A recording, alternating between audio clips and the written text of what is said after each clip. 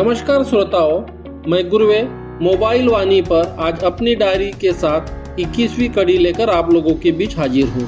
रूढ़िवाद सामाजिक विज्ञान के तहत स्थापित एक ऐसी विचारधारा है जो पारंपरिक मान्यताओं का अनुकरण तार्किकता या वैज्ञानिकता के बजाय केवल आस्था तथा प्राप्त अनुभव के आधार पर करती है।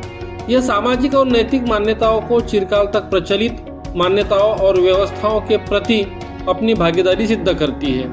किसी भी समाज में व्याप्त रूढ़िवादिता जैसी बुराई किसी भी देश के प्रगति को पीछे धकेल देती है।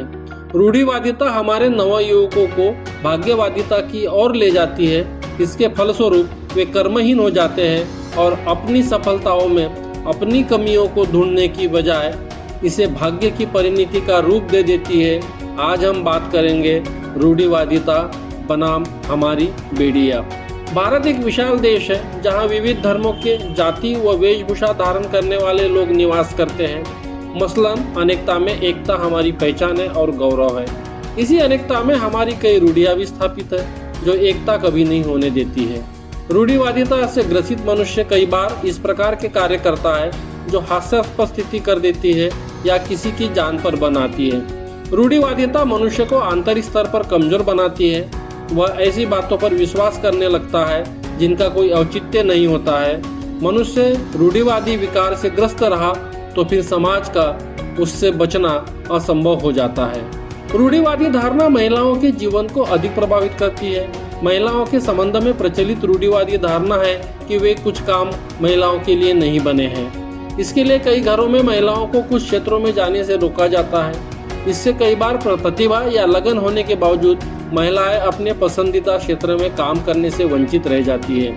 इसका परिणाम यह है कि कई परिवारों में स्कूल की शिक्षा पूरी हो जाने के बाद भी लड़कियों को जॉब या नौकरी करने से रोका जाता है। महिलाओं को इस बात के लिए प्रेरित किया जाता है कि विवाह करके वह सिर्फ घर परिवार संभाले। 21वीं सदी के वैज्ञानिक युग में भी भारतीय समाज में तरह तरह की रूढ़िवादिता स्थापित है।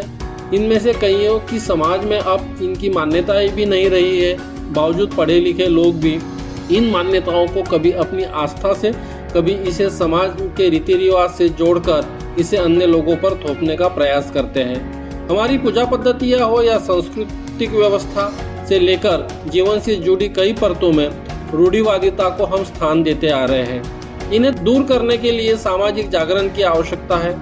तर्क के माध्यम से और वर्तमान की प्रासंगिकता नहीं होना बताकर समाज को रूढ़िवादिताओं से मुक्त कराने की आवश्यकता है, ताकि भाग्यवादिता से मुक्ति पाकर देश व समाज को वैचारिक विकास के शिखर तक पहुंचा सके।